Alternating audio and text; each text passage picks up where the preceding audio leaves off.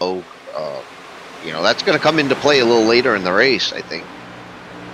Oh, absolutely. I can agree with that 100%. The fast lane, let's be honest, the fast lane at most tracks is going to be the fastest lane around because you get such a good run off the top. But what we can't see is how that top line is really, really eating up those tires because there's no rubber down on the track. All the rubber's down in that bottom groove. It's where all the grip We got our is. first caution, guys. We got our first caution. Let me try to go back and find it. Alrighty. Lap 5, first caution of the night. That's tying what we had at Rockingham last week. We only had one caution last week at Rockingham, so let's see what we got here. So I'm showing Benjamin Hollenbaugh and Chris Norris, according to our scoring, at the back of the field right now, pretty far back. So if I had to guess, it's going to be one of those two guys, if not both. That's a good prediction. That is a bold prediction. But I have to point something out, Chris. I don't know if you've seen it, but it looks like the 113 is in a Ford Taurus, but is sponsored by Dodge. What kind of sponsorship we got going on there? Oh, heck, it may be what it takes to take down some of these Chevys, man. As you can see, the majority of the cars in the field, all but one or two actually, are all Chevys. So maybe we got Dodge and Ford putting together a little combo race here. Yeah, maybe. Yeah, guys, with that accident, it looks like the 8 might have got a little loose, started to check up. The 84 kind of ran, or was it the 84, 81? Oh, the 81 Austin Pack? Oh, was it Pack? Yeah, Pack might have just had to get into the back of him. The 8 looked like he got loose and kind of checked up. Pack had nowhere to go. It's like, because we got Austin Pack is up in 6th right now, so he's still holding his spot. I don't know if he's going to come in and pit or not. I'm showing Norris 1 lap down, as well as Hollenbaugh and Yogi Schlier are both about 11 seconds behind the leader here. So the 8, the 12, and the 56 looks like the ones that are just kind of back around the back of the pack. Tracy, how are we looking on being able to get a replay?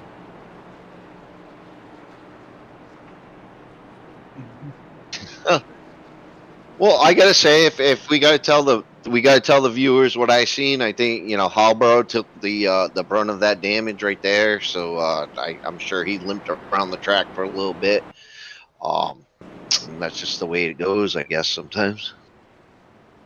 Oh yeah, man, that's part of it. I mean, it's Vegas. It's not. I mean, it's still one of those cookie cutter mile and a halves, but it's definitely one of the more difficult mile and a halves to run, just because of how unique it is. Turns 1 and 2 are so vastly different from turns 3 and 4. 3 and 4 are a lot tighter corners than 1 and 2 are. 1 and 2 has that wide arc and the wide racing surface, while 3 and 4 is a lot tighter, and it really creates some issues for these cars, especially when you come out of 4, how far you have to sweep out to that wall. Sometimes that car will just get away from you. Well, I think we give a lot of credit to drivers. We give a lot of credit to the cars. There's not a lot said to these track developers. Some of these tracks are just made to be driven and figured out. You got different turns, different radiuses. It's not easy for these guys. These guys are really trying to figure out every turn, every minute. Give these track developers a lot of credit here. Oh yeah, 100%. And Tony Stewart's been one of those very vocal about Las Vegas Speedway back when they did do the redesign and the repave back in 2001. Or I believe, I'm sorry, it was 2006, I believe. The track itself was built in either 98 or 2001. But yeah, when they did the redesign of the track, he was very vocal, even saying that they took amazing racing here at Las Vegas and turned it into this. And we are back green, guys. Back green, and Strader jumps out to a big lead. Dillon second, Carlson third, and they're kind of breaking away from the pack a little bit. Open up about, looks like almost a second gap already on Joshua Tressler from the lead. Looks like Berlin had a little trouble, but everybody's back in line now. Yeah, but you gotta take into consideration this track eats tires, so you gotta think maybe Cannon and Tressler, or the rest of the guys, are maybe saving their tires for later in the run. as these top three are burning up their tires as they're trying to get away. Oh, 100%. I mean, it looks like everyone is, because if you look at Strader's lap time, 31.993 there. Obviously, it was on a restart, so it's going to be slower than normal. I'm anxious to see what his lap time is back this next time by, now that he's back up to speed. You can really tell there if he's saving tires or not. If he is going full throttle, full bore, just trying to get away, he's going to be around the 29.5 to 30 range. He's higher than that, he's most likely saving 29.8. So he's digging right now. He's not saving anything, guys. He's trying to get away from these guys as far as he can, and just betting on the fact that he can get as far out ahead when his tires do wear out. We got a good show, 24 and 89, just trading spots right there, kind of midfield. I mean, there's racing to had here. There's racing all around, but you're right. We got these guys. I think a lot of them are trying to save tires. They don't want to burn them up. We're going to have a real great race towards the end. It's going to be very interesting. Yep, Brad Young and the newcomer Windsor right there, door to door, 2x2 right there, back behind them. Daniel Mindfood Jones and Doug Packer. A lot of two wide races. And one of the big things about these cars, they're a lot like the ARCA cars we ran earlier this year. You can't really run side by side with somebody for too long, because there's such a hard aero pull on the lower car by the car from the outside. That low line car will really get loose from that side draft. So you can't really stick with them for too long. Yeah, you got almost slide job, as Emmett Crow has said before, just to get in front of the car that you're racing with. And no sooner did you say that than Windsor pulled one right there on Bradley Young and takes that spot away. He's like, I can't hang out down here anymore, guys. As you called me a couple weeks ago, White Castle's Cannondale. Oh yeah, old Windsor's serving up some sliders tonight. Somebody has to. These people are hungry. Looks like Hunter Carlson's looking on the inside of the 113 of Dillon. But as you can see, Cannon is reeling in these top three. Wonder if he's possibly burning up his tires a little bit. Makes me think that he might have actually saved a little bit that first run, because he fell back pretty far. They had about a 1.5 seconds difference on him in 5 laps. They were pulled out about a second and a half. So he was probably saving early on, and he may actually just have better tires than them right now. Yeah, they're definitely chasing the leaders down. But as you can see, Dillon is running just a lot different line than your top three drivers there. You got Strader and Carlson running the inside, as Dillon runs about a lane and a half above them. So let's see how that's going to impact the tires. I know, as you said earlier, the top line eats the tires a little bit more than the bottom line does here. Yeah, for sure. But you never know. It may actually fit his driving style better. Because as physics dictates, running that bottom line is really going to eat up your right front, and then running the top line really eats up the right rear. So if he prefers a looser car, that top line may actually work for him, starting to wear out that right rear a little bit. Just like with me in the ARCA cars when we ran Pensacola. When I put new tires on the car, I was junk. I preferred a little bit of a wore out right rear so I could really get through the corner better. But he may actually really be liking it up there, because he's gaining a ton on exit every corner on Carlson. Yeah. He gives him a little bit, then comes back. Yeah, Las Vegas Motor Speedway is definitely a driver's track. I mean, you're gonna choose the lane you're gonna choose. You're gonna run the race you're gonna run, and hopefully you pass some guys. That's great racing right there. The Las Vegas was always made some amazing races, guys. Stay tuned. Oh, we got a crash. Oh, as the caution comes out. Yep, caution right there. It looks like it's going to be. I'm showing. This is just a guess. Look like Doug Packer, Hollenball, Feathers. We got a replay here. It looks like. Oh, we do have a replay. Magic. Oh man, it looks like the 59 got on the apron and just dang. Benjamin Hollenball took a hard hit. But it looks like the 59. That was wild. So that's like the second crash as well. So if he already used his fast repair on that first incident that he was in, Hollenball's going to be in trouble here. Yeah, definitely. Yeah, I was just thinking the same thing. I think they get two. That's a hard lick. Gosh, I feel awful for Norris. I believe that was Norris there coming in at the end, already 3 laps down. Already, I don't know if he used his fast repair. I don't think so, being 3 laps down, but he's definitely going to need it now. That thing is junk. Yeah, but look at gone. Benjamin Hollenball. Whoa, whoa! There's Fluff. It's Fluff. What the Fluff? I just want to hop in here and tell y'all are doing a great job watching the stream and keep it up, man. I'll see y'all, ladies and gentlemen, next race for sure. Well, we appreciate it, Fluff. Well, hope to see you next week. Yeah, I just need a night off, but I'm glad y'all are able to fill in, and good luck the rest of the night. Heck yeah, buddy. Yeah, take good care. Man, I don't know if you've seen that, Chris, but when Benjamin Hollenball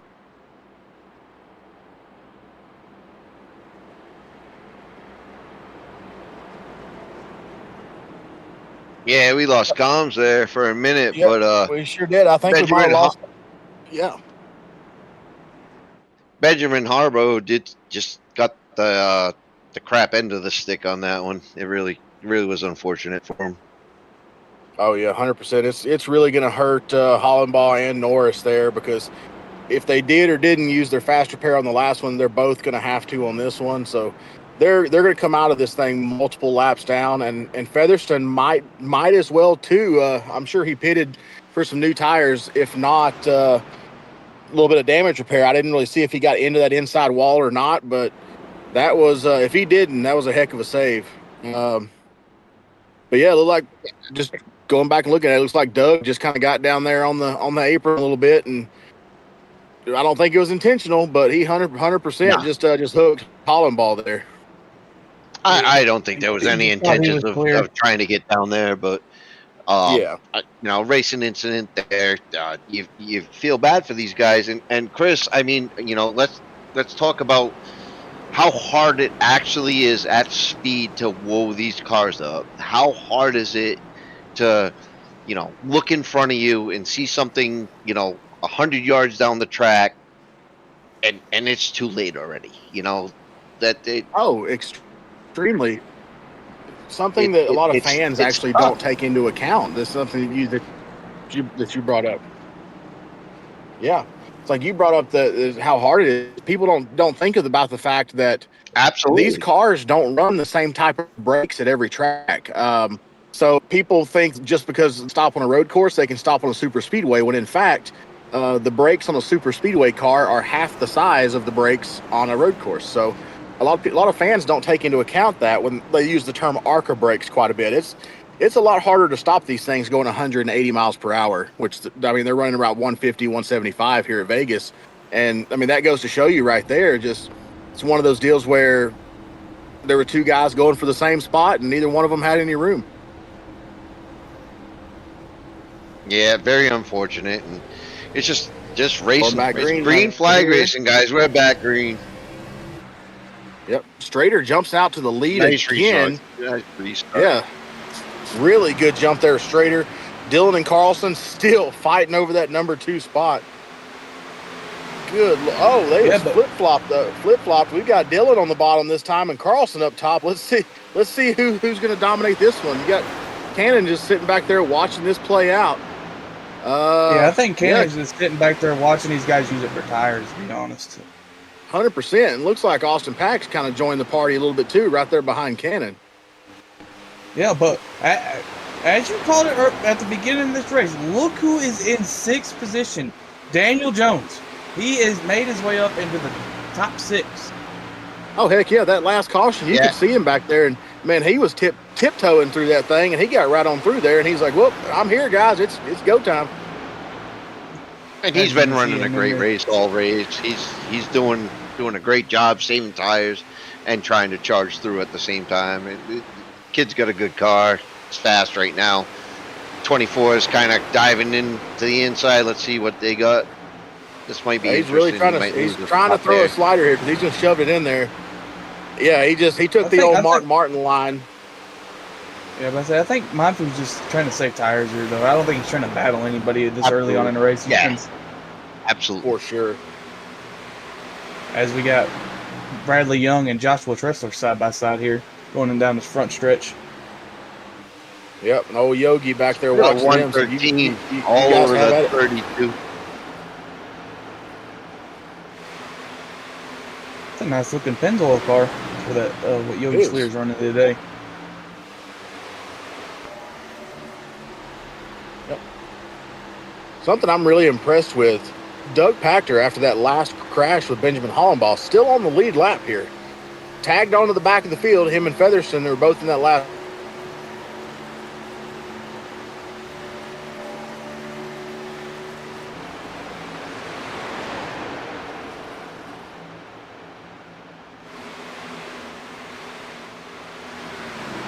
Somewhere. Oh, I think I lost comms. Oh, that's great.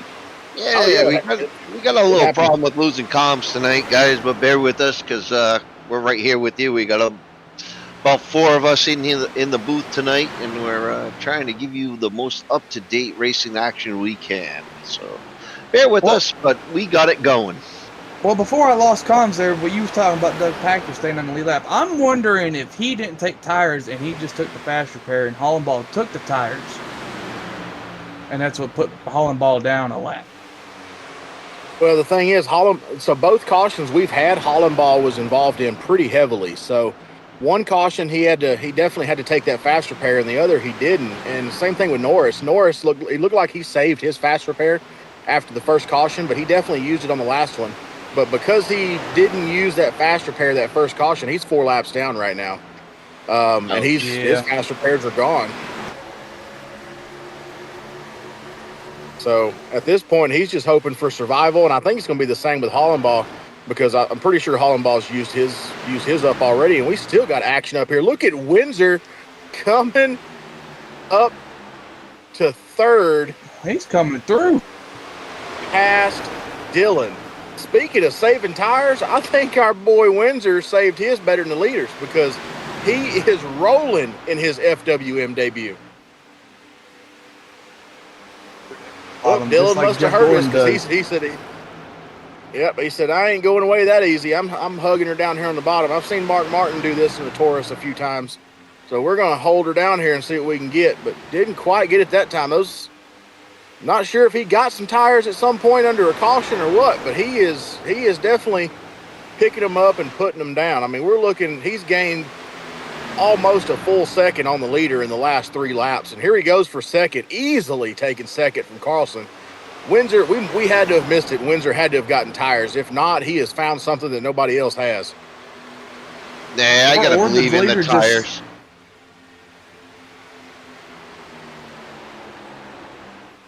Carlson trying to get towed along with him there. He says, throw out the hook and take me with you because I need a little help here to get up there to Strader. But Windsor's coming for him.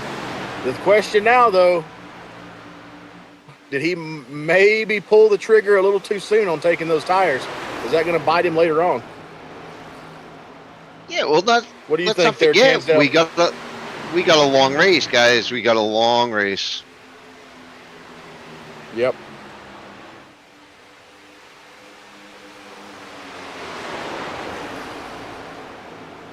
Starting to really spread out here. I think he's going past K-Strad coming out here.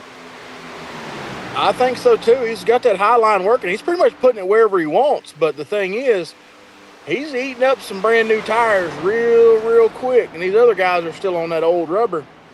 So what I'm looking at here is look how long it took him. It took him almost 2 laps to get by Strader there on brand new tires. So once his rubber goes away, I hate to say it, but he's going to be in a world of trouble. Because we got 5 sets in the pits. True story, but Strader is still on his first set of tires. He's got 32 laps on his tires.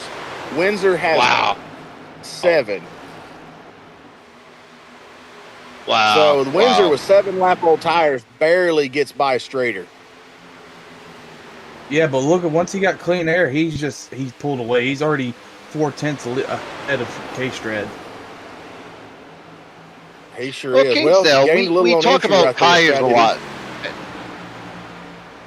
Yeah, we're talking about tires a lot, but Kingsdale, you're the one, and we know you in this series. We know you from, Monday nights and everything. You always drag out the fuel. What what is your take on what are these guys doing for fuel? I mean, we're talking about the tires are the most, obviously, but what do you think about fuel, Kinsdale? Well, from the little practice that I did before coming into the booth, we were getting about 35 laps of fuel. The fuel, in my opinion, I don't think fuel is going to be the biggest part in this race. It is making these tires last the whole fuel run to make it. So the tires are going to be the bigger part in this whole race instead of the fuel. Oh, definitely, Yep, definitely, I agree with you. But fuel is going to come into play.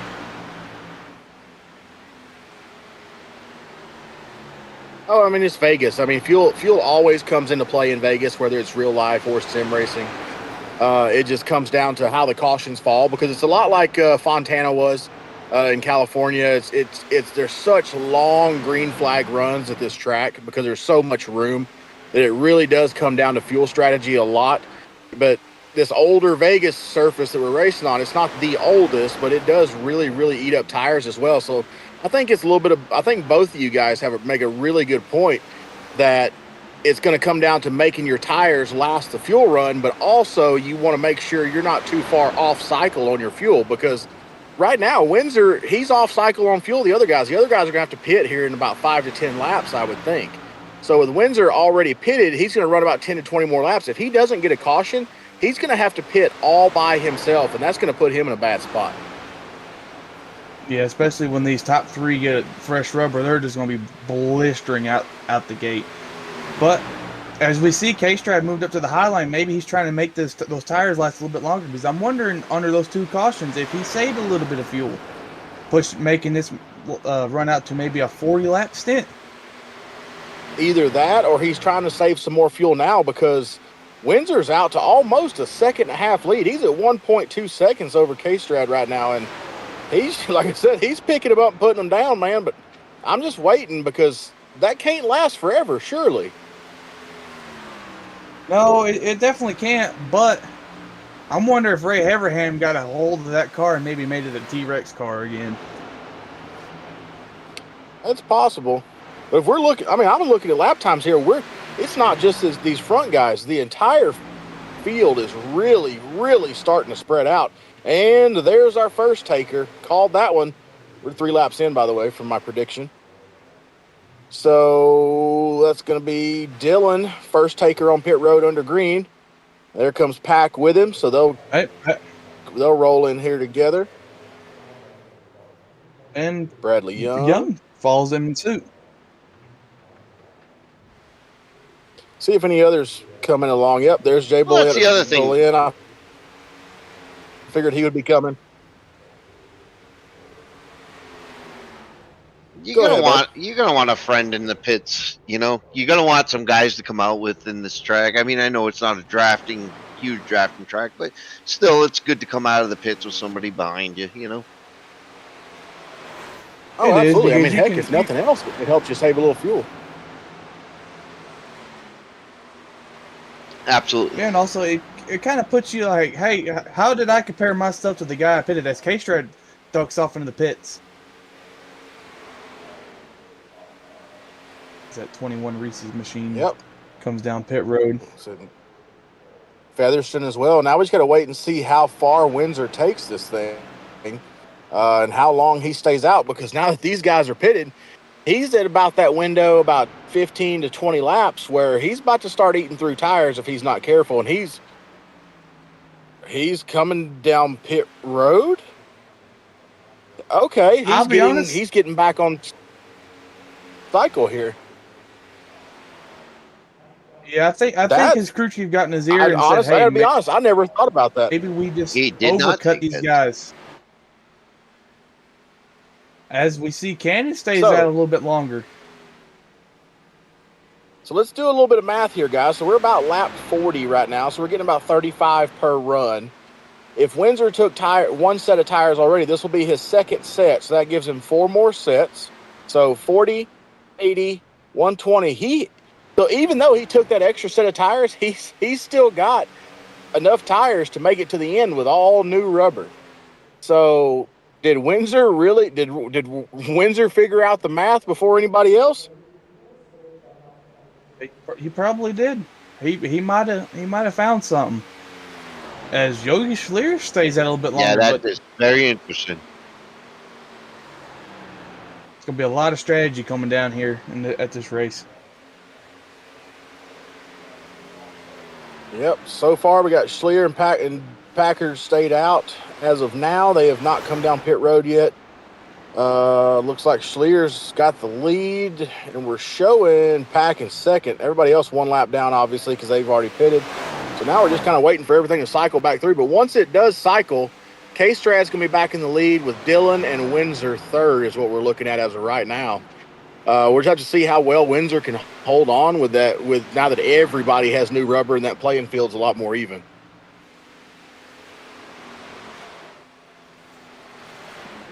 Most definitely, yeah. Everything's going to be figuring his stuff back out. As it looks like Carlson is challenging Windsor for that 5th spot. Yep, he sure is. And once we cycle back through, that'll be our 3rd spot. And they're pretty close to Dillon right there as well, but Strader is way out in front of those guys. He had a great pit stop, maybe even took 2 tires. I'm not sure, but he's working on lap traffic already. And actually, that Strader's back on the lead lap almost. Yeah, well, I was surprised how fast he took off. Maybe it was a 2-tire stop. Might have been, because Vegas is really hard on right sides, but to be honest, it's always been fairly forgiving on lefts because of how the corners are designed. So he might, again, he's one of the most experienced drivers in the field as far as iRacing goes. So he may know a little something about this track that a lot of the other guys hadn't figured out yet. Almost definitely. As we see, is that Schleer ducking off in the pits? Yes, it is. Yep, that's our leader coming in right there. And that's gonna surrender the lead back to K-Strad. And once they cycle through, we will see just how big that gap is. From the look of it, I'm gonna say we're at least about 1.5 to 2 seconds back to Dillon in second. Almost 3 seconds. Almost a 3-second gap between first and second. It's like it ain't over yet for sure, but so far K-Strad is giving these boys a good old-fashioned rear end whipping. Yeah, like he did at Rockingham last week. He got out and he just stayed out. Oh yeah, these driver tracks like Rockingham and Vegas, tracks that really take a lot of strategy, a lot of precision, the specified skill set. He just sheerly on his experience, he's going to have a huge advantage over the rest of the field, just strictly based on how many times he's been around these tracks. Yeah, I mean, we don't call him wheelman for nothing. You know, a hot shoe. These guys are really just one with the pedal. They're driving that car. It's amazing. Live broadcast of the NASCAR race they're doing tonight. Oh. My things. Well, hey there, Miss Cansdale. How are you? It goes on iRacing. That's not Miss Kansas. I don't know who that is. Oh, who was that? That's some guy I don't even know. Huh. Uh-oh. Whoever Doc 90 is, can we get him out of here? Why? On the bus. Oh. I think I actually looked up.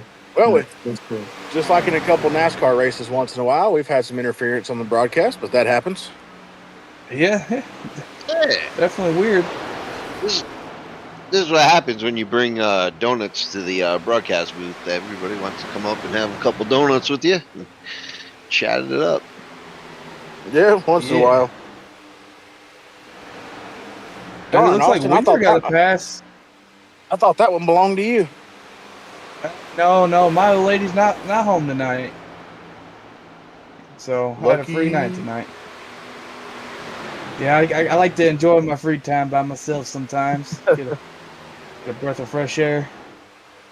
Speaking of breath of fresh air, old Mind Foo's working on getting a little bit of clean air around Bradley Young right there, and I think he's just going to go ahead and take it and say, here you go, I'm going to go ahead and drive right underneath you right here. Yeah, he's got the bottom Bradley line Young really sticking, but I'll tell you what, man. I said it in the pre-race before the mix. He is. He's sitting right there riding in that wake. And I said it before the broadcast, before we were on the air. I know why that car has Visine on it. It is so pretty, it'll hurt your eyes. I'll tell you what. It is a pretty looking car. There you go.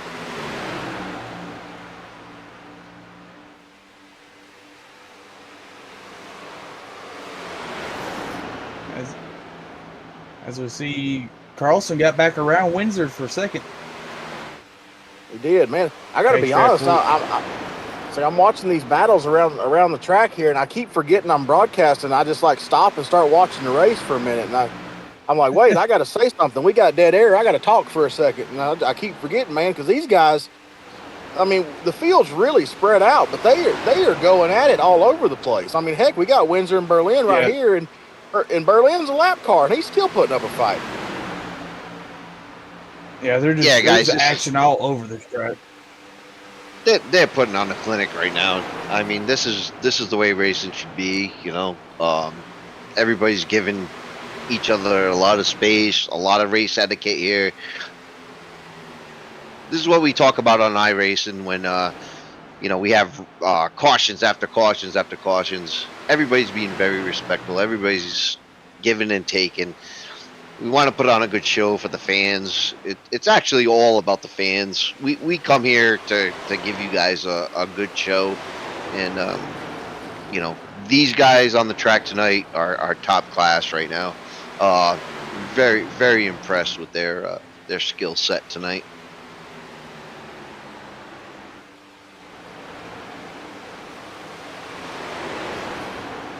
Yep, let's see here. Old Carlson's taking over second again from Windsor.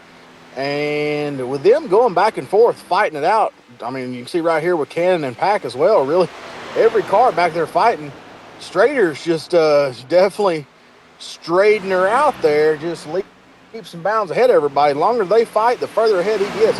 He's still 3 seconds out, and they ain't getting any closer because it's way harder to get up there when you got a guy trying to pass you too. Carlson and Windsor going at it. They're staying right there, door to door, within a tenth of each other. Dylan's kind of sitting there. He's found the line, man. He's found the line. 100%. Yep, there it is. And let's see, Cannon and Pack right there, door to door. Then back behind him, Schlier and Tressler are kind of going at it. They're within about a half second of each other, a little less. Mindfu is kind of putting a gap on Young a little bit, up to a 3 second gap. He's catching up to Tressler. Man, we got, like I said, even though there's only 15 cars racing, these guys, all 15 of them, except for Strader, are really, really going after each other. Yeah. Strader's the only car that's not racing anybody. Like you said, Chris, you got Carlson, Windsor, and Dylan all underneath the blanket. Then you got Pack and Cannon racing each other. Then the next 4 or 5 drivers are underneath the blanket. It's just they're racing everywhere on this track. Yep, somebody came down pit road guys, there. I know we're talking about lap cars and we're talking about guys way in front, but let's give it to Hallborough, man. He's hanging in there. He was involved in an accident earlier. Maybe he used his fast repair, maybe he didn't. But you know, he's hanging what, a tenth of a second or so behind P1. You know, he's racing, and you love to see that from a guy so far back. Oh, 100%. He's here showing. As I look, I had some bad luck, but if I didn't, I mean, he's the only car on the track. If you look, he is the only car on the track that's keeping pace even a little bit with Strader, and he's 2 laps down, which is a freaking huge bummer because he could be competing for the win right now. And I mean, he's been right there on Strader for the last 7 or 8 laps, and he hadn't really got left any at all. And then obviously you guys saw Norris there on pit road getting some new tires, some new rubbers. He's about 6 laps down now, and I mean, But these other cars, Young, Packer, and Featherstone, being one lap down, Hollenbaugh, he's got himself in a bad spot. But if he ever digs out of that hole, he's got him a fast car. Yeah, that's always been the thing about Grubby, as we call him. He's really fast. He's really consistent. And he just always gets caught up in the most unluckiest scenarios. Like the beginning of the race, he got caught up in both the wrecks at the beginning of the race, and it just set him back. Oh, the 8's into the wall now as we talk about him. Yep, he's got that reverse Danica Patrick disorder. See, the old reverse Danica Patrick. She used to qualify well and then not race well. Well, he qualifies really terribly, but dadgummit, is he fast come race time. He just gets caught up, starting out back there in the back with a really fast car. He just gets caught up in everything because as he's working his way towards the front, it just kind of falls into his lap every dadgum time. And I can't wait to see what he does when he doesn't get tied up in something. Well, as you can see in previous results, if he doesn't get tied up, he's a top 5 contender every week if he's not caught up in early wrecks and getting stuck behind. Yep, that brings up a good point. Yep. How much has to go perfectly to win one of these races? I mean, all these guys have great skill. They're all racing really hard. You know, we all got our rigs and our technology to get us there. But then we have to give it to, it just has to be perfect. So how much of racing really has to go right every race? Well, practically all of it. Simply, yeah. I mean, got a yellow. Her caution. No, just talking about it. You know, we were just talking about broadcaster curse. That gummit broadcast curse got him. We're sorry, Grubby. It looks like he's got a flat tire. That is what it looked like. It sure enough did. I got to be honest, I've never seen just a flat tire for no reason on iRacing. He was by himself and just started swerving it. I don't know why the caution was thrown. He was on the apron, but I guess I'll bunch up the field and maybe everybody's going to come in here and take 4 fresh rubber, fill up on fuel. They might. It's pretty close to that pit window. Yeah, but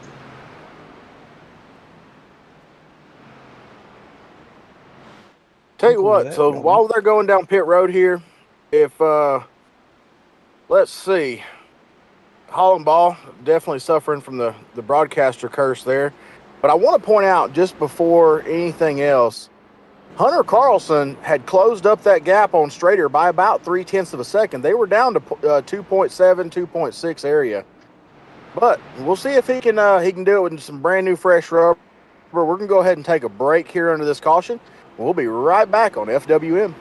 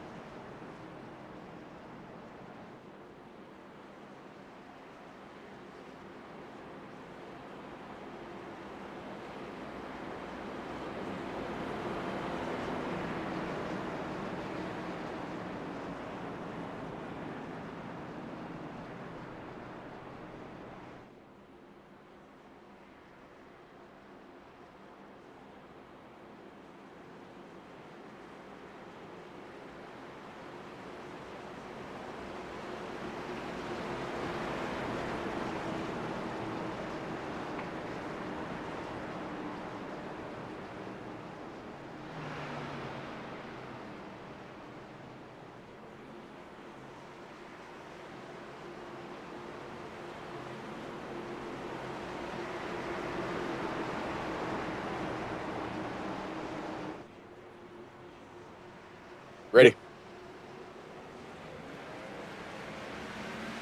All right, and we are back green here, Strader, with another huge jump. Good Lord, he can really get through the gears on those restarts.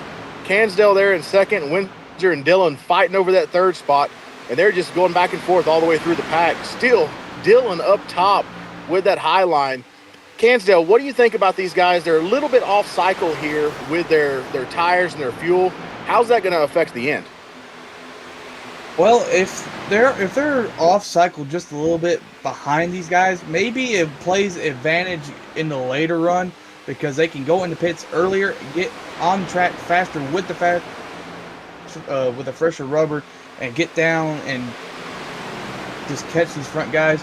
But also with Strader, you saw going through those green flag pit stops, he had a 3-second lead on the top 4. So I mean, it's going to kind of balance itself out here in the later run. But I'd like to be on the leader's strategy right now if it was me. 100% with Hunter Carlson there sitting in second. He's found a little something because he's right there on Strader. He's 0.2 off, and then Dillon back there a little over half a second. Everybody else about a second behind. Oberg, what do you see there with Gerald Berlin? Where did he end up 16 laps down? What the heck happened with that? I mean, it just feels like Gerald, he's always in the mix. He's always right there trying his hardest to get through, and he always ends up, just in the mix. And I feel bad for him because he's a great guy. He's a good competitor, but he just always ends up in the mix, and I hate that for him. 100%. It really looks like Hollenball got a bad break too. He's all the way back to 10 laps down now, and I don't think, I mean, I've never want to count anybody out, but those two guys are pretty much going to be out of it at this point. Norris down there 5 laps down, and Doug Packer and Featherston are going to be fighting for that lucky dog for the next caution. They're both 1 lap down, and then Bradley Young is bringing up the rear of the lead lap cars. So pretty much where we're at right here. Let's hope we're going to ride a little while, get a few more green flag laps, get some good racing going. I mean, we saw a couple there too wide. Looked like it was Cannon and Pack again, still going at it door to door. Kind of getting single file there. Pack falling in, getting a little draft going. Hunter Carlson still only 0.3 back. Dillon only half a second back from the leader as they roll around this track. So, Cansdale, you were able to take a few laps around this place. How do the long runs like that really affect the tires? I know you said there was a lot of fall off, but if we keep getting these green flag runs, how's that going to affect them at the end? Well, as the run gets longer, as you just pointed out, as I said earlier, is that the tire fall off is ridiculous. You lose about 1.5 seconds to compare to fresh rubber. But also, as the run goes on, to me, it seemed like the car got really tight center off. It just got really hard to just get off the corner really fast. You had to back up the corner just to rotate the corner. So, depending on how they want to race this, they can back it up and save the tires and just kind of even them out as the run goes on. But that's 2 different driving styles. I know some people just like to go, just hang it out there, just go as fast as they can, as much as they can, and just burn their stuff up. Then you got people like, I know Carlson likes to save tires. I know Cannon can save tires. Those 2 are probably the top 2-tier best tire savers in this whole league. But it depends on, is the tire saving strategy going to work better than the hang it out, go all the way to the wall, or just depends on how this racing is going to work out. 100%. Oberg, check it out, man. I don't know if you're looking at this. Hunter Carlson is closing it up on Strader, down to 0.14 at one point, bouncing back and forth, 0.14 to 0.2 here around Vegas. Hunter Carlson's found it, and we're about to see if he's about to give it to Strader. Oh, he's just going through it, man. He's got his foot working right here, the wheel working, everything working. But as this battle plays out, we got to give it to the fans. I hope you guys are having a good time. I really want to reach out to you guys and let us know how you guys are doing. We're trying to give you a good product. Let us know how you're doing in the comments comments on the live stream, and we're here for you guys. This is what we do. We want to race. We want to have a good time. Hope you're enjoying it, fans. Heck yeah, man. Couldn't have said it better myself. We got these top three right here, by the way, guys. They are all within 0.3 of each other, and then it's almost 2 seconds back to fourth place. So this is a 3-horse race, and guess who that top horse is right now? Hunter Carlson, he got a pass. Taking the lead. Now the question lies, Cansdale, do you think that Strader is saving his stuff trying to get a longer run out of this? It seems like he is. He changed up his line a little bit there on that last lap, going a little bit higher. So maybe he is considering the longer run factor here of trying to save a little bit more rubber as Carlson is burning his rubber, trying to pass, as Dylan looks to the inside of Strader as we speak right now. But if I was Strader, I would definitely be thinking about saving some tires for the later runs. For sure. And then Oberg, of course, the iRacing is a lot like real life. It's one of those where if you want to create two lines, it's going to take a little while to run in that top line to get a layer of rubber laid down. Do you think Strader may be just trying to lay down some rubber for later in the race? There's more grip up there. I mean, as an iRacer myself, I think I would probably approach the situation the same. I'm not on the track, so I don't know how it feels, but maybe he's feeling something the other guys aren't, and that's a good thing for him. Let's look for him at the end and see. Yeah, 100%. I mean, if you look a little closer here, Windsor is starting to gain on these guys. He's got it down to about a 1.2 in that lead pack. As these guys are battling it out, they're letting the rest of these guys, they put some separation between, catch back up, and Windsor's just kind of right there out in the middle all by himself, because it's a long way back to Uncle Wayne Cannon, 2.5 seconds behind the leaders. Well, as long as these guys up front are racing side by side and they're pushing it, I mean, 24 is going to catch up. He's going to get there. We got plenty of racing left, guys. Stay tuned. Yep, 100%. And it looks to me, I cannot confirm this yet, it looks like Benjamin Hollenbaugh and Gerald Berlin have pulled off. I mean, they're constantly losing laps down to 21, and it looks like 28 laps down now. So it looks like Chris Norris is going to be our last car. Last car still running currently, 5 laps down in 13th. Other than that, everybody else is still pretty much on the same pace as we roll through here. A little bit of separation now as Carlson's starting to pull away from Dylan, and Strader has fallen back to third. The question lies now, Austin, is Strader buying his time, or did these guys just find something? I think Strader is buying time, but they just probably thought, Carlson and Dylan probably thought, we just go ahead and maybe get as big as lead as we can, and then maybe Strader can probably catch back up to him as before green flag pit stops come back around, if we get another green flag pit stop. But as you can see, Windsor has caught the second and third place driver. So I wonder if Windsor was maybe saving tires and letting it burn their tire. Yeah, it definitely makes you wonder if it was whether he was saving or just the fact that they were battling that hard that let him catch up. Oberg, what do you think as far as towards the end of the race? Where is the point where patience starts to give away to importance? Like, where does the patience run out and it's like, I have to go right now? When is that point of, I got to go, I can't wait anymore? I mean, honestly, it's going to be inside the 10 to 5 lap left. That's when you're going to hang it all out there. That's when you're going to burn everything up you got. You gotta go for it at that point. 10 to 5 laps left. You just gotta put it all out there. These guys are pretty close. We got 3 or 4 guys under a blanket right now. You can't sit around for long. You gotta take a chance pretty soon. 10 to 5 laps. I'm calling it. 100%. That absolutely makes sense, because you've got the top 4 right here under a blanket. But then 5th place is almost 4.5 seconds back. So that really brings the question in of, is 5 or 10 laps too long to wait, because if you wait until that end right there and you're Wayne Cannon, you're kind of hung out to dry. But got their onboard right there. Looks like we are on board with Cannon, just cruising around. And I got to be honest, it's not a great feeling when you can't really see anybody out your windshield.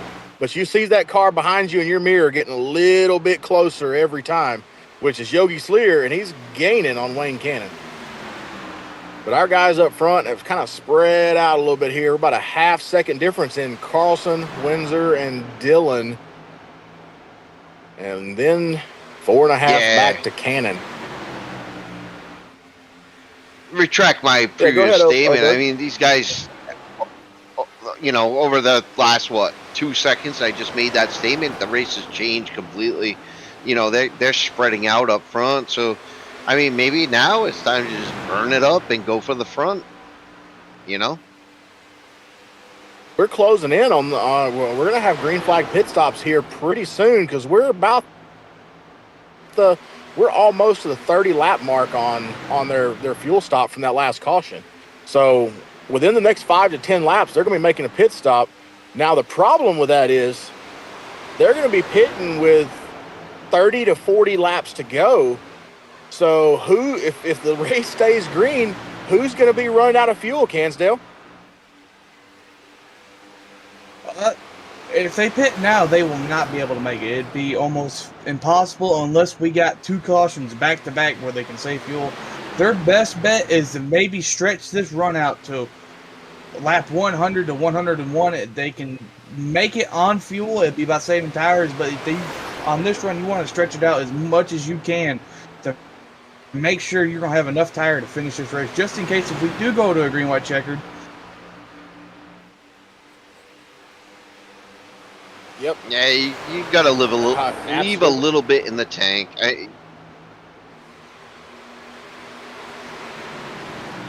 Yep, because with it being Vegas is always a fuel race. I mean, we can remember a few years ago in real life when Dale Jr. had the win and ran out on the back straightaway and got beat by his protege Keselowski just on fuel, and that's happened numerous times. I mean, it's happened in real life. It can definitely happen here in iRacing. So if these guys don't play their cards right and didn't play their cards right up to this point, and they're lower on fuel than we think, then this is going to come down to what Oberg said. The very first caution on lap 5, he was the only one who mentioned fuel. And this darn thing might end up coming down to fuel. What do you think about that, Oberg? I mean, I've been watching racing my whole life, and know how it is. Been around iRacing for quite a few years now.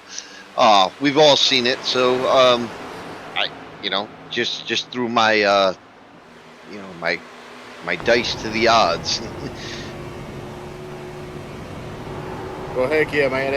It's one of them deals. I mean, we would all like to prefer to be out there on the track, but we all have our roles to play, and I'll tell you what, I'm happier than a fat kid eating cake just hanging out with you guys tonight. I mean, it's like being a big girl at prom. I'm just happy to be here, especially sitting right here watching Strader hunt down Hunter Carlson.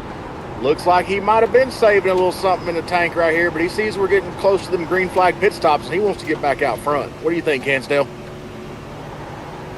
Yeah, he's definitely turning up the aggressive. As before, a couple laps ago, as you saw the 24 get underneath the 32 of Carlson, and they made a little bit of contact, and it caused the 24 to back off a little bit. Maybe he's turning up the aggressiveness just a little bit. So I'm pretty sure Carlson's watching that review pretty good as he goes down to the bottom to defend it, as Windsor looks to the bottom of the 21. But K-Strat has got that top line dialed in right now. He's just running that Larson line, as we call it, mere inches off that wall. Yep, 100%. He is up there. He's as we would say in the dirt world, he's grinding the beadlock bolts off of it right now. And we got Dillon down there. Dillon and Strader seem to have kind of swapped lines. Dillon's taking a lot more laid back line down there, just hugging the bottom, trying to save what he's got out kind of almost by himself. Oberg, do you think that's the type of strategy as well, or he just doesn't have any tire left? Because he was up there fighting with those guys pretty hard. Like you said earlier, I mean, the top line's gonna, eat up your right side. Your bottom line's gonna eat up your left side. So it's a crapshoot up there. You've hung it out there, and you ran so many laps that maybe he's in a position where he can't make it back up front. Yep, and then we got Strader taking the lead back. Who's going to lead this lap here? It's going to be Strader. So it looks like Strader had a little bit left in the tank. He's got Carlson there in second now. They're starting to get single file again. Windsor third, Dillon fourth, and they have opened up an 8-second lead on old Uncle Wayne back there in fifth. But he better look at his rearview mirror because Yogi Sleer is on his tail and coming for that fifth place spot. Yogi was a good 2 seconds behind Wayne Cannon. I don't know if old Uncle Wayne's used this stuff up or not, but Yogi sure hadn't, and he's eyeballing that fifth place spot. Most definitely, Yogi is he's a pretty hungry cat. He's been dying for his first win. As we're 3 wide for the lead right now. As K-Strad looks like he's hitting the wall just a little bit as Hunter Carlson clears the 24 going into turn 3 and 4 as Dillon looks on the inside of K-Strad here going off of 3 and 4. Looks like K-Strad's going to clear the 113 of Dillon as he gets back to the outside of the 24 of Windsor. Yeah, he definitely got into the wall there, and that cost him, and Carlson takes that lead back, and he almost loses second to Windsor as well, but it looks like he's fighting back a little bit, at least trying to pull a little draft there off of Carlson. Obviously, 1.5 mile tracks draft is really important. Really gain a lot more speed coming out down the streets than we even do at super speedways. So no rates here, so it really sing coming out of that straightaway, and they're digging the best they can, but we got getting close to some green flag stops here, guys. What do you think, Oberg? How's your math?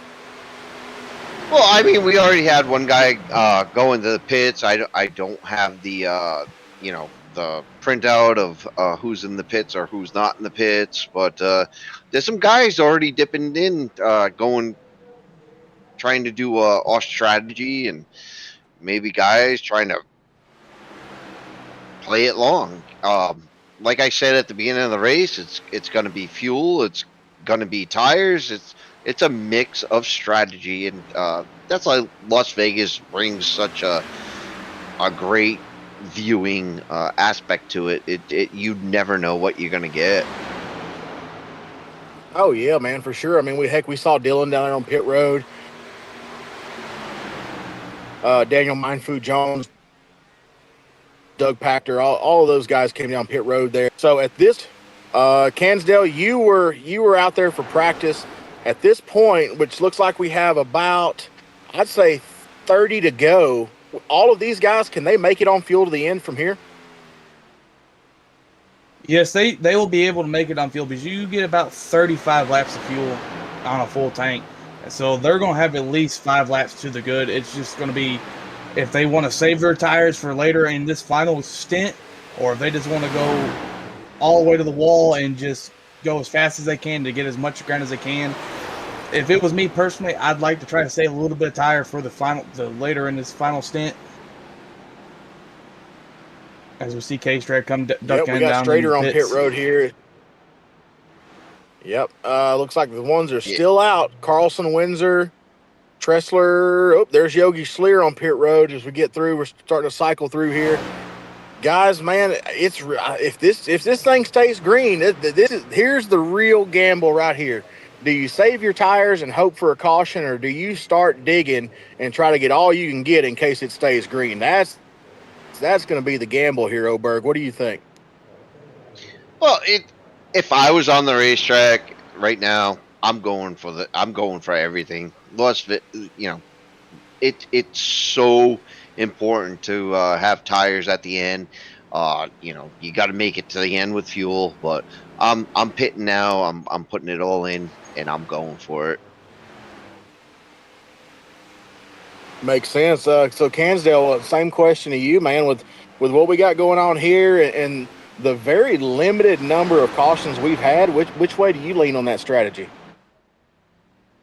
I prefer to save a little bit of tires on this beginning of this stint right here. Maybe just 3 or 4 laps just to make sure the tires ain't going to be overheated later into the run.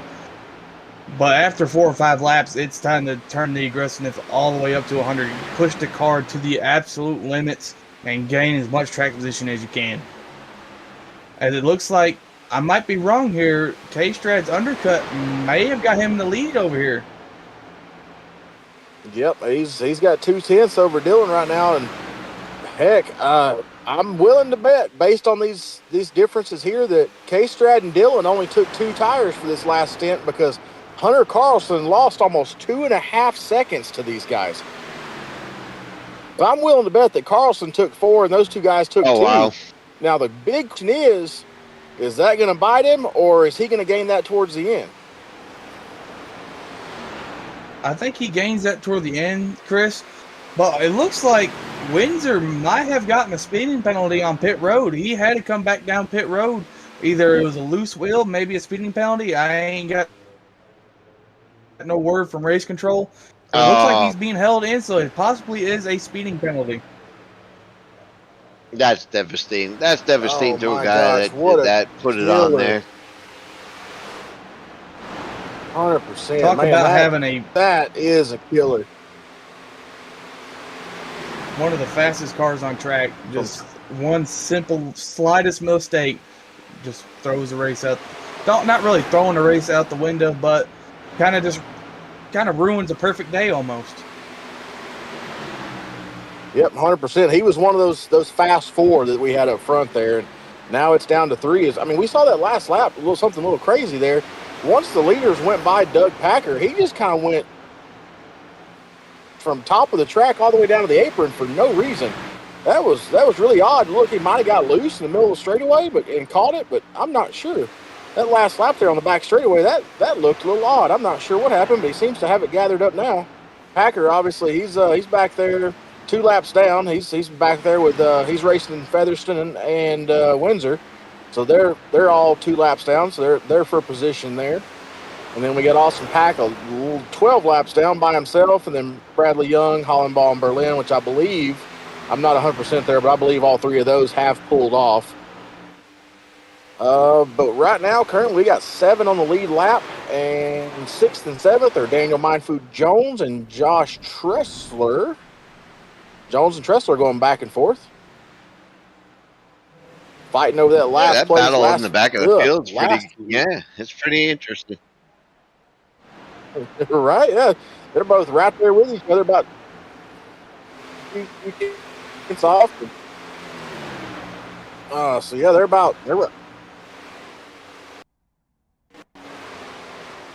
gotcha. Nothing on Pack. You saw we're thinking Pack might have pulled off.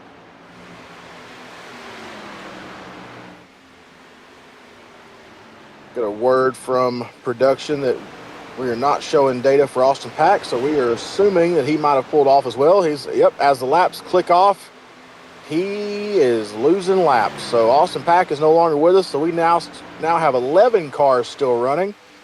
Chris Norris taking the old ARCA approach and just staying out there, running as many laps as he can, gaining positions on attrition, and he's up to 11th already, 5 laps down. I've been in those shoes quite a few times. I'd like to point something out, Chris. I don't know if you've been watching that scoring pylon, but it looks like Carlson is cutting into this lead a little bit. He went from almost 3 seconds to almost 1.5 seconds. So I wonder if he's definitely gaining on the leaders here. He's about to catch 2nd place. He is 100%. I noticed that, as well as Oberg. Check this out, man. While Carlson is gaining on Strader, Dylan is losing to Strader. So that 2-tire strategy for Dylan may end up biting him here. Yeah, and he's running a good race all race. I mean, Dylan's done a great job of running that outside, but maybe he bit off more than he could chew, and he's just kind of falling back now. Yep, I think so. And I mean, guys, even if we have a caution at this point, I don't think that. I think we got a 3-car race right here between Strader, Carlson, and Dylan, because we got the closest car to him is Wayne Cannon, 17 seconds back. That's over half the track. I mean, these guys are passing the start-finish line, and Wayne Cannon's in the middle of the back straightaway. So I think it's going to come down to a 3-horse race. And right now, the horse that I'm betting on as he goes into second place is Hunter Carlson. Most definitely. It's just, is he going to have enough time to catch K-Strat here? He coming to, what is that, 10 to, almost 20 to go? 19 to go? I sucked at math in school, so beg with me. You think K-Strat's going to save his tires here, maybe hold up Carlson coming to these final few laps? Man, I don't think so. I mean, with coming down like it is, I think he's going full bore right now. And to be honest with you, Carlson's right about a second and a half. I almost said an inch and a half. A second and a half behind him. He may be an inch and a half behind him here in a second, but he's only a second and a half behind and still gaining. Oberg, man, I hate to say it, but if we end up having a caution right now, I think we can almost declare Carlson the winner, unless, you know how they always say, catching somebody's one thing, passing them is another. I agree with you 100%. I mean, a caution right now is going to be devastating to Strader. You never know what's going to happen on the restart. You never know what's going to happen in the last few laps. But, you know, if these guys get packed back up in a restart, I kind of like Dylan, guys. I kind of like Dylan. Yeah, I mean, he's falling back now. He's falling back pretty hard right now, but the thing is, we only have 6 cars on the lead lap. So if we have a caution at this point, it's almost plausible that if you have any tires left, you come down, take 4 brand new rubbers, and you can pretty easily go from 6th to 1st on a green-white checkered here. So that's always a possibility as well for those guys in the back. Yeah, it's a new race. Carlson got that lead down. In 1 second, though, he's gaining over a 10th a lap on Strader, and at that pace, he's going to pass Strader with 4 extra laps to go if he can uphold that pace.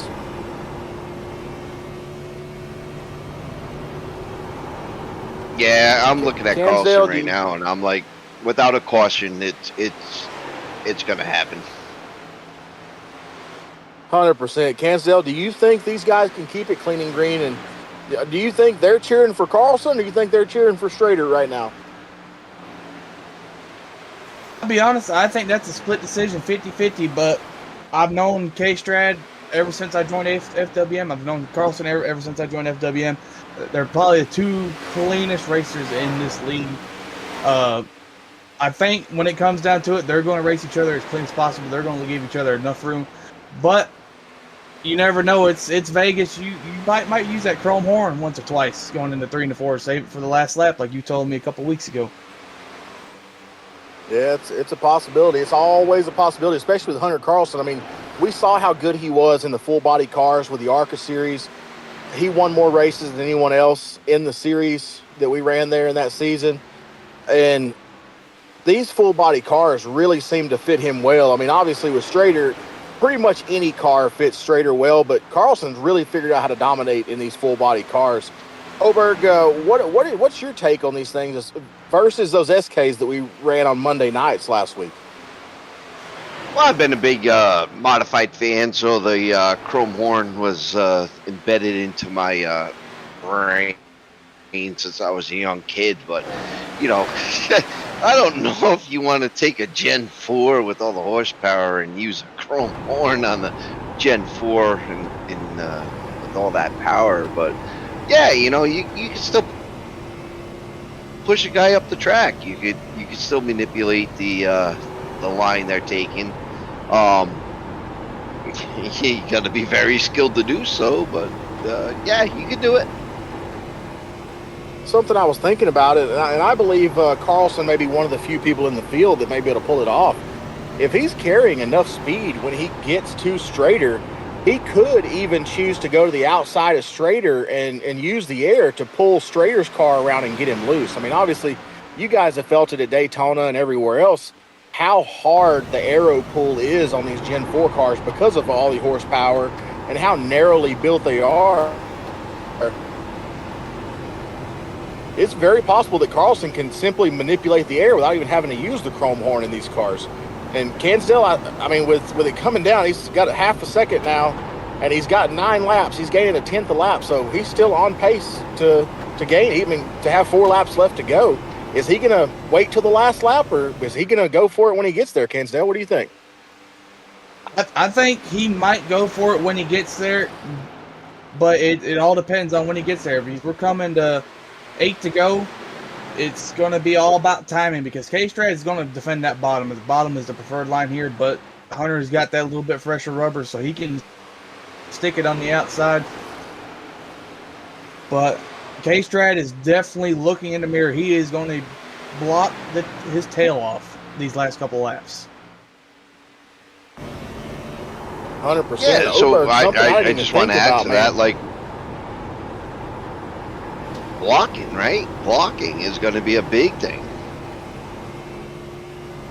Yeah, like I was saying there, that's 100% correct. I didn't even think about the blocking factor. And something else, man. What? I mean, there's obviously good spots and bad spots to catch somebody on this track. What if it comes down to the wire right there and Carlson catches Strader in a bad spot and near about blocks himself? I mean, we got to think about that too, right? Oh, absolutely. I mean, we all got our favorite corners. We all know how to turn, but we all know how to turn the certain spot we want to turn in. So these guys are going to pick their favorite corner to pass, and it's going to get interesting, guys. I don't know how to call this one. I really don't. I mean, we got to sit here and watch it unfold because, oh, look, I mean, it's getting close. Look at this, guys. 100%. With these Gen 4 cars being so aero dependent, one of the big things about these cars is they punch such a big hole in the air, and you get such a good pull. When you get within half a second of somebody in front of you, you're pulling a draft off of them. So once you close up a gap to half a second, that half a second gap shrinks exponentially, as we're seeing right here with Carlson. I mean, he went from half a second to a tenth of a second in less than 2 laps. Just by we got to pass for the lead. Got Strader in the wall, watching that mirror too hard. Yep, Carlson gets by Strader, looking in that mirror a little bit too hard there, gets up into the wall, and Carlson takes it, and he's gonna run with it. Strader now 2/10 back, but Strader dropping in that draft, trying to get a little pull off of him, running that high side, but Carlson is setting sail. Guys, we got 4 to go here, and I hate to say it, but unless something astronomical happens, I think Carlson's got this one in the bag, but we've seen crazier things. Cansdale, what do you think here as we come down to 3 to go coming out of 4? Yeah, most definitely. I think K-Strad's rubber is a little too gone, but he's getting a pull down the straightaway from the draft from Carlson. He might try to do something here. He might try pushing him into the corner and maybe getting him a little looser. But I don't know how this is going to play out. I think K-Strad might set him up for the last lap, the last turn, maybe push him into the corner and get him a little upset. Oh man, Carlson really knows the line that Strader wants to run is up top. So he is putting it up there, blocking his tail off, because Carlson runs a high line, but this time he dives down the bottom trying to get a little separation, because those last two, Strader really gained on him, and he's getting a great pull coming out of the corner. So that little bit that Carlson gains, Strader comes right back. Even though Carlson has better tires, Strader is really using the air to his advantage. He just can't quite get close enough in the corners because Carlson has the better tires to hold that preferred line on the bottom. Let's see, 2 to go here. Strader gonna shove it in on the bottom. Strader for the lead. Door to door, Carlson pulling around top. Gets by Strader with the momentum, pulls that air on around. Carlson's still there. Strader's white lap here, white flag lap, 3 and 4, last corner. Strader up top, coming out of 4. Gonna be Hunter Carlson. Strader lost tire strategy. Taking 4 tires. What a race. Hunter Carlson, 4 tires end up being the winning move. Hunter Carlson gonna be Strader in second, Dylan third. So far, looks like Wayne Cannon 4th, Yogi Schleer 5th, followed by Tressler, Jones, Featherston, Windsor, Doug Packer, Norris, Pack, Young, Hollenbaugh, and Berlin. So stick with us there, guys. We're going to get our top 3 here in the booth for our interviews here in just a second, get that post race going. Enjoy a little bit of a smoke show here from our winner, Hunter Carlson, as he takes him a little spin, do some landscaping today.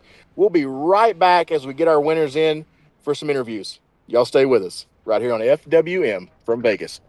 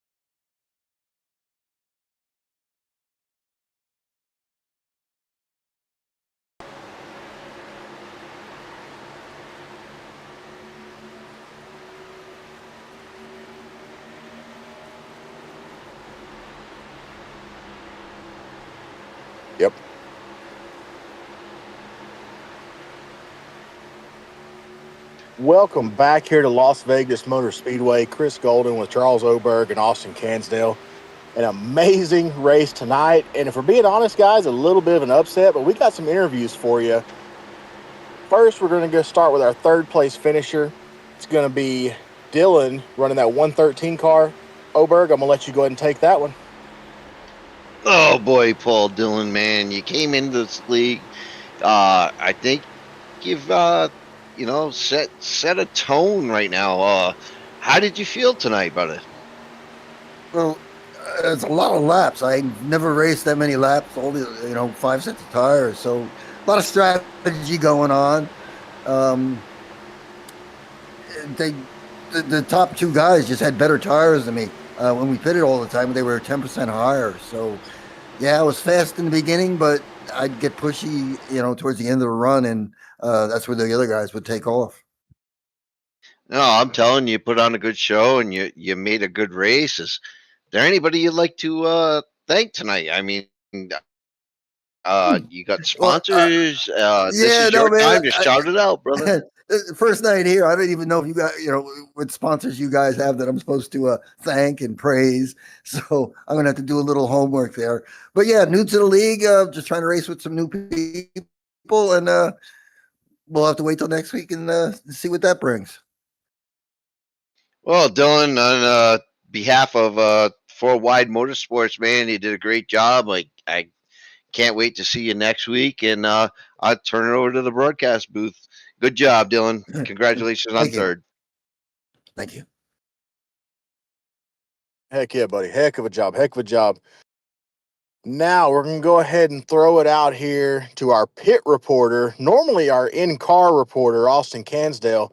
He's already down there. He sprinted. Man, you guys should have seen him going down these bleachers, getting down there to the pits to Christian Strader. Because if we're being honest, guys, it was a heck of a race, and we thought Strader had these guys covered, just like last week at Rockingham. But Cansdale, go ahead and let's see what Strader has to say about tonight. Oh, thank you, Chris. Yeah, there was a lot of bleachers, man. But I'm standing here with your runner-up finisher, Christian Strader. Christian, heck of a race, man. Led the most laps. Walk us through those last couple of laps there. Just kind of let the tires get away. Did that, a couple mistakes, caught the fence, and I felt like Hunter had done a pretty good job all night, being a little bit better than me on tires and just kind of taking care of some things.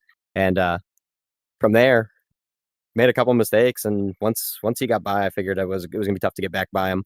I thought I had a shot to hold him off, but it just ended up being a little bit too much, and not so much else to it. I was gonna say it was a good race. Felt like I got a little wrapped up with Paul being he had great speed, was pushing pretty hard. And I got a little wrapped up trying to command the race and then be out front for all of it. Probably should have looked at letting him go, taking care of some tires for a little bit there. Felt like I kind of did that in the middle of the race, but that last pit stop, just got back out and saw him there. Wanted to race him hard, get away from him. And once I did, I kind of let Hunter get back into it, running the right front off. Yeah, y'all put on a heck of a performance. You had me, Chris, and Charles on our edge of our seats there those last couple laps. We was trying to figure out who was going to come out on top, and it's just we figured you did burn up your stuff, but heck of a job, man. That's top 2 finish in both your starts. One at Rockingham, second place here at Las Vegas. Off to a great start. Is there any sponsors, any people you would like to thank? Just want to say thank you to Reese's, Fast Angry Racing team, and then also to you guys up in the booth. We appreciate you guys coming out and putting up a broadcast for us every week, and putting on a good show and kind of just taking care of us. Well, we appreciate you. Thank you for everything y'all do and put on a great show. We're going to send it up back to Chris in the booth. Heck yeah. Thanks, Austin. Chris Strader, awesome job tonight, buddy. Now we're going to jump down to our winner, Hunter Carlson, Mr. Fenders, the most dominant driver in our ARCA series a few weekends ago, winning majority of the races there, right back to true form, really living up to his name, Hunter, stalking these guys down those last 20 laps and coming away with a win.